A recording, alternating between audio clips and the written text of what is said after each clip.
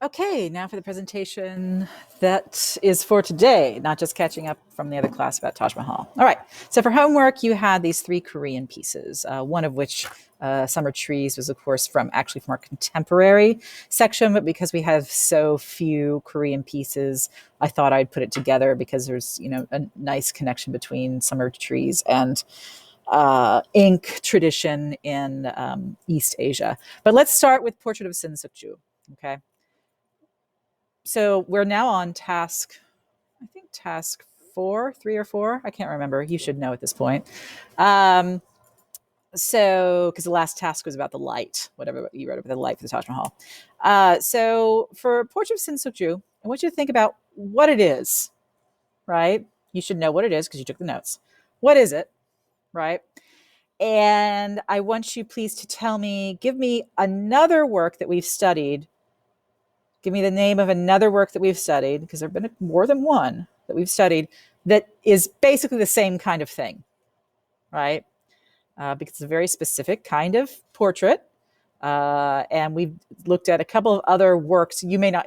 We've looked at least one portrait, and another work, something that's very similar. And tell me what it is, right? What is this piece? What is this portrait? What does it do? What is it of, right? And then tell me the other work that you would compare it with because it's extremely similar. So that's all I need for the next task, okay? You should have noted, of course, the conventions in terms of the creation of this piece were very important. And just that beautiful badge he's got on the cover or on the front of his garment is just gorgeous to me. Anyway, moving on to the gold and jade crown. All right, which is actually chronologically the first of our Korean pieces, predates Portrait of Sin Suk-ju by quite a lot. So we have a golden jade crown. I want you to think what it was for again, what its function is. You should again, it's not difficult to know what the function is, how it was used essentially. All right. And then I want you to think again of another work that we have studied. I don't think we have any other crowns, right? We don't have any other crowns. So you're not looking for another crown because I'm not asking for another object of the same thing. I'm asking for another object that has basically the same kind of function, that's used in the same way. I want you to think about another work that's used in the same way. And I want you to talk about the materials of both of these works and why the materials are important. Okay. What do the materials imply? All right. So last one, Summer Trees. So pause, obviously, while you're doing that. Maybe you're doing some research. If you didn't take your notes, that's your problem, not mine. So last one, Summer Trees. Summer Trees. Obviously, I know a lot of people are going, I could do that. Well, maybe you could, right?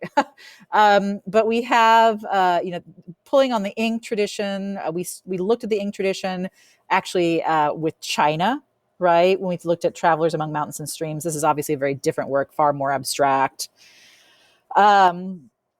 But what you want to note about this particular piece is, like Travelers Among Mountains and Streams, is the monochromatic element to it. So there's basically just one color with different tones of the black, that goes through grays, et cetera, et cetera. And that's the same also for Travelers Among Mountains and Streams. It's really just that sepia toned ink that we've got on that particular piece. It's very similar, right? So I want you to so keep that in mind, which makes sense because you're just dealing with ink, right? And you can water it down or make it less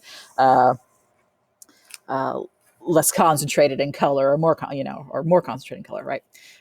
So I want you to look at this piece, and I want you to think of just any other work that we've studied and compare and or contrast it. So you could do compare or contrast it in terms of either visual information in terms of either visual information, so that can be form or content, right? Well, let's say that just in terms of visual information. Think of something that would be an interesting work to compare or contrast with in terms of visual information, which can include form or content. But don't choose Travelers Among Mountains and Streams, because that's too easy, right? And I just want you to write a few points of comparison and or contrast, but make sure you're choosing something thoughtfully. So you can choose anything you want, but make sure I'm going to choose the Great Altar of Zeus of Pergamon. That doesn't make any sense. Choose something that makes sense, right? So don't try to choose something that doesn't make any sense. All right. So that's going to be your next task. Moving on from there. Japan. All right. So we're moving further east, right? Todaiji in Nara, Japan. You watched the video about this already. Or you watched about the temples at Nara, Japan, right? This is the big temple at Tara, Japan, right? It is, of course, a Buddhist temple. And it is an extremely large wooden building, of course. What's the risk of wood as it gets burned down, right? And I think it happened at least once or twice. It was the largest building project in Japan, ever in Japan, when it was first built. And what we have with this building, as we have with many large religious buildings, is that we have the religion, which in this case is going to be Buddhism, which arrived in Japan around the 6th century, around 500 CE. Remember, Silk Road, right? Buddhism mingling with politics, which we'll get into in just a few moments. So, again, these large religious structures are always going to have something related to politics with them. Maybe not a smaller church, like, for example, San Carlo alla Quattrofontane, that little tiny church in Rome. Politics, maybe not, but, something like Hagia Sophia, yes, right? Always politics mixed in. So Japan is particularly known for kind of being open to foreign ideas at this point, at least. And so very quickly when Buddhism arrived, it was mixed in with the court. So we have this mix of sacred and secular happening, and this building is one of the instances of that.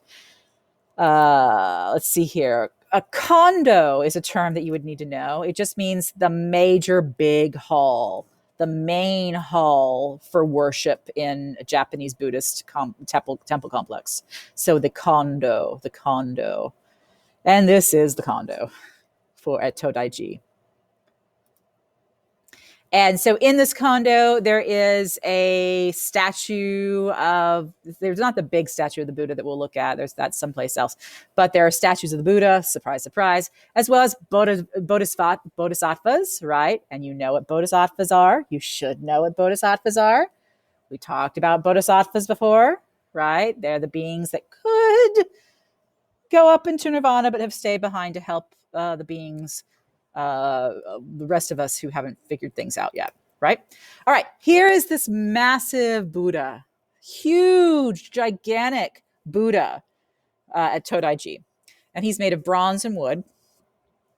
And he is really spectacular. He's big. And you might be looking at this like, I don't think he's that big. Let me show you a picture in context where you actually see how big he is. So this is actually, no, I'm wrong. The Buddha, I lied. I said the big Buddha isn't in here. The big Buddha is in here. I was wrong about that. This is where the big Buddha is. Okay. So this is known as, this Buddha is, this kondo, this particular main temple is known as Daibutsuden, which means great Buddha, because there is this very large Buddha in it. I don't think anybody's going to ask you that question, just so you know. It is 53 feet tall. It's a 53 feet tall cosmic Buddha. We know there are different kinds of Buddhas, right? This is a cosmic Buddha. That's huge. And it's inspired, of course, by Japanese stone statues from places like you're thinking about Japanese stone statues and Buddhism. What are you thinking of? Longman Caves. If you're not thinking about Longman Caves, you got a problem, right? Longman Caves. Okay. So here we go. All right. Whoops. Go back. What I miss? Okay.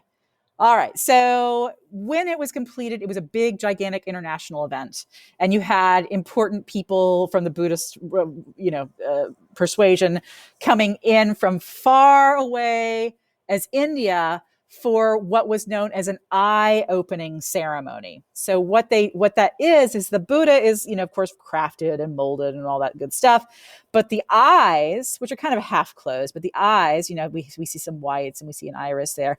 The eyes have to be painted on, so to awaken the Buddha. And so there is this eye-opening ceremony where they're ritually painted on. And so what that does, it imbues the Buddha with life. And so we can see how large this Buddha is. And these people are here cleaning it. Obviously, you can get very dusty. This is huge, right? And you can also see the eyes a bit better, right? So you can see how it would have been painted in. All right. So this particular temple became extremely important for the central temple. Like this is the most powerful, most influential temple, and it was very much closely associated with imperial authority. And the imperial authority, of course, was also important in terms of spreading Buddhism throughout Japan, because they weren't always Buddhist. There's Shintoism as well, right? But the issue with that is going to be with the imperial authority. That's going to be at odds with a clan system of rule, right? You have different clans, and those clans are in charge of their people and their territory. But an imperial system with an emperor is going to be at odds with that, and so we can have a lot of resentment, right, that comes with that. But ultimately, what ends up happening is the Buddhism is disseminated, and the imperial authority is spread, and the clan system kind of falls away. Sort of, it comes back, and everybody gets unified through Buddhism, though. It gets burned down. And in that fight amongst the different, actually because of different clans, the Buddhist clergy took different sides in the clan warfare.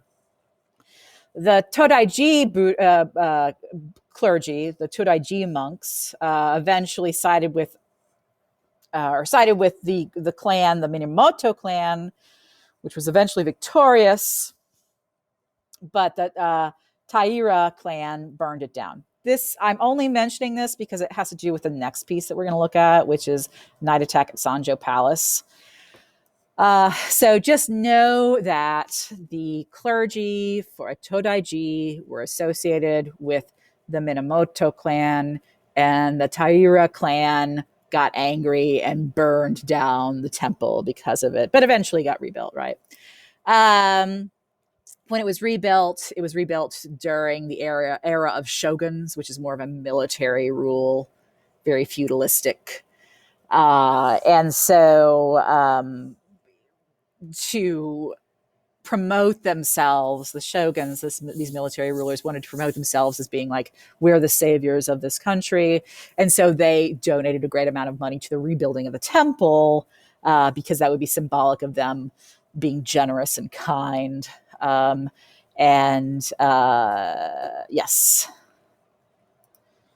All right. So, and then, of course, was rebuilt again, the largest building project of Japan. Twice it's been the largest building project in Japan. Right. So it's been actually rebuilt twice. Right. There was another fire, and this one, the current version we're looking at, was built in the early 18th century. Okay.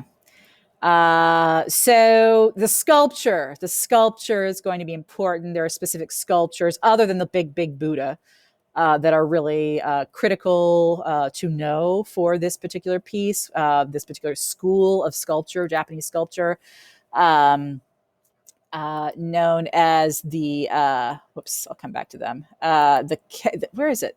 Why do I have it? Yeah. Do I not have it listed? Yeah, the K school of sculpture. the K school of sculpture, right? And they're considered, and so we'll see a lot of sculpture at the whole Todaiji temple complex that follow the K school of sculpture, and it's considered like the height uh, of Japanese sculpture. It's very interesting. I used to have some pictures, and I don't know what happened to them, about the building process. This is put together with different pieces of wood. It's not just one large piece of wood sculpted. That would be insanely difficult. But the process of them putting it together is very interesting. And you probably noticed, they look very, muscular, right? They're really cut, right? And so you probably maybe were reminded of these guys, right? These are a little more jaunty, but these heavenly guardian types and the Neo are also um, heavenly guardian types as well. There are two Neo here.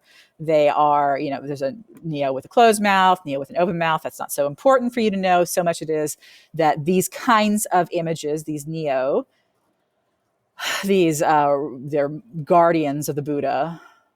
They're often at temple entrances, right? They're temple entrances because they're guarding the Buddha, keeping him safe. And so again, that's the K school. So they're dynamic, they're muscular. And again, remember the shoguns, because this is part of the rebuild that was done under the shoguns. And remember, the shoguns are warrior kings. And so they're very warlike looking themselves. Better views. Really fantastic. Look at those calves. Look at them, right? This is something, I don't think we have any other human or human-like forms that are this muscled. I don't think we do. Okay, so they're made of cypress wood, and each stands over 8 meters tall. That's tall. And it's, as I was mentioning, the technique is a joint block technique. So it's, as I said, it's not one solid piece of wood. It's the different parts are carved separately. Cypress wood, in case you didn't know, is actually hollow. If you've ever seen like a cypress tree cut down, actually the interior of a cypress tree is hollow. And so the interior here is hollow, and the different, the arms and the torso and the heads and this part of the legs, they're all carved separately and put together. And then finer details are carved out of them as well. Everything I've just said has to do with form because it's how the work is put together. All right, there's the major gate. And again, lots of destruction. A typhoon took it down at one point. And it's the largest temple entrance. You already watched this video. Wonderful. Very much, you can see, now that we've done Falling Water, you can kind of see, I hope, how Frank Lloyd Wright was influenced by Japanese work as well. We'll see that a bit more as well when we look at Ryoyanji in a moment. Okay, Night Attack on Sanja Palace. I'm also going to link to you the Khan Academy article for this one, because I got to be honest with you, this one I have a really hard time with because the historical aspect is so complex and so involved to me. So I'm going to link for you the Khan Academy article in case what I'm saying is not clear to you, which it very well may not be. It is a hand scroll. This thing is long. I should know how many feet it is, but I don't have it. But it is, many, many, many, many, many, many, many feet. This is not like 6 feet. This is more like 45 feet is my guess. Maybe that's too much. It's long. It's a hand scroll painting known as an imaki. And what are we seeing here? A savage battle, of course. And this was made about 100 years after the event, which is, a little bit after, not too much after, but I want you to think about it's a battle, and it was made, after the event, not thousands of years or hundreds and hundreds of years, but just 100 years. What other work are you thinking about? This is really long. It's a battle. What other work are you thinking about? You should be thinking about that other work. And that other work, of course, is going to be Tapestry, right? Okay. All right. So some detail. We see that there's writing here. It's very dynamic, full of movement. All right. So it's a narrative painting because it's telling a story. And narrative painting came to Japan from China along with Buddhism. And it originally, of course, was religiously oriented. It came with Buddhism. Eventually, some of that painting was secularized, and those paintings are known as Yamato paintings, because they're secular in nature, as opposed to the other kinds of paintings that would be religious in nature from China. Yamato Japanese paintings. All right. So essentially, these kinds of paintings were done because the nobility became really, really, really, really interested in war of the recent past, right? So what this particular story, so they were really into reading about and hearing stories about great battles. And this particular story deals with the Minamoto and the Taira that I just mentioned with respect to Todaiji. And this is an episode from the Heiji Rebellion. I'm sure I'm mispronouncing that. During this event, the retired emperor's palace was burnt, and he was taken, and in the middle of the night. This is the part where I kind of lose it, because the story is, for me, quite complicated, at least for me. So that's why I recommend that if you are really interested and you really want to understand this, you can look at the Khan Academy article, which I really haven't had a lot of time to internalize. So again, I mentioned Todaiji and the Minamotos and Taira clan. So here is the information, which I find confusing. But yet, you have this presentation for you. I'm not going to read it because it gets really boring when I start reading things. But this particular image is the emperor being compelled to get into a cart so they can carry him away. Yes, there he is being followed. It does have text that tells what happens in the story. So soldiers blockaded the palace on all four sides and set fire to it. Those who fled out, they shot or hacked to death. Yikes. Many jumped into the wells, hoping they might save themselves. Here's some more information about, again, from writing from the passage. So what we have here, and I've taken this from Khan Academy, is that the artist is like the stage director taking his cue from the writing on the scroll itself. We have one long flow of action, kind of like a continuous narration, which also should remind you of the Tapestry as well.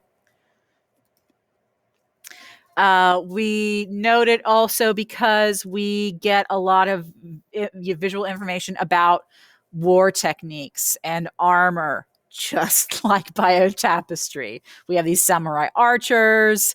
We have, the armor. We have the horses, etc. So the samurai having these long curved swords at their waists. There's bloodshed on all sides. We can see people being trampled to death. Yes, there's a lady being trampled to death. So it's very realistic minded. Very realistic minded. Blood and fire. So again, it's all about battle and the thrill of battle. Again, remember, the people who were commissioning these scrolls are very interested in war and heroic and battles and things like that. Love of martial pageantry. So there was a rising warrior class at this time. So that makes sense as well.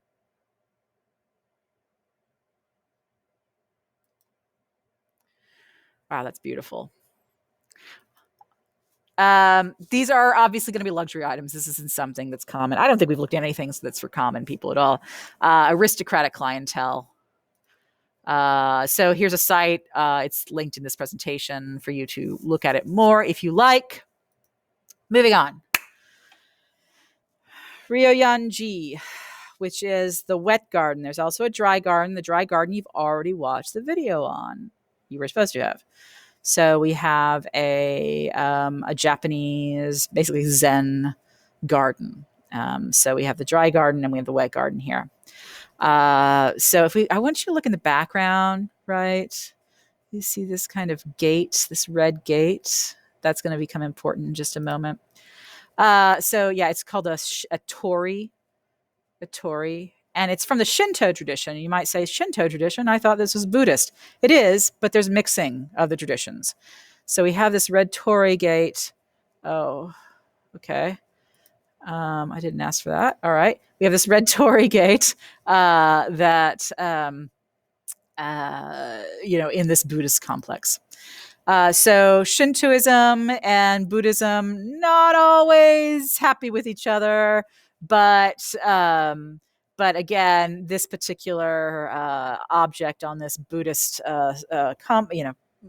structure area indicates that there's some peace between the two kind of rival religions, Shintoism being more of a native religion to Japan.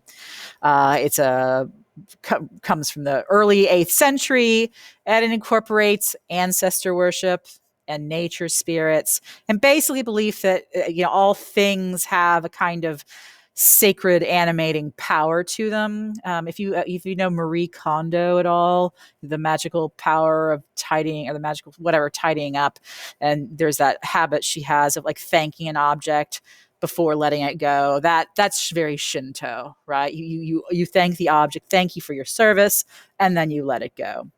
And Shintoism actually was state religion in Japan until 1945. All right, so I mentioned the Torii Gate. Right. There's another one, obviously not the same place at all. And I'm mentioning this because it's going to become important when, okay. So this is where is this? Oh, I should know where this is in Japan. I can't remember, but there's all of these different torii gates, You walk through all these torii gates, and I can't remember where it is in Japan, but it's very famous. And I want you to look at this and think about this and keep it in mind for when we do The Gates by Christo and Jean-Claude, which is part of our contemporary section. We'll get to The Gates later, not too far in the future, but they're clearly inspired by that.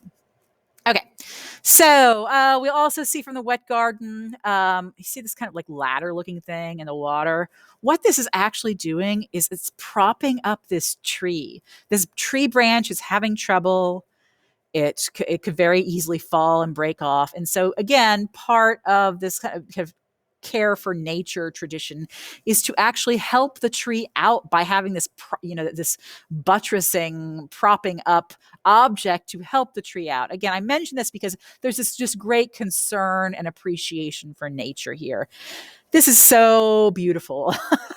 It's so beautiful.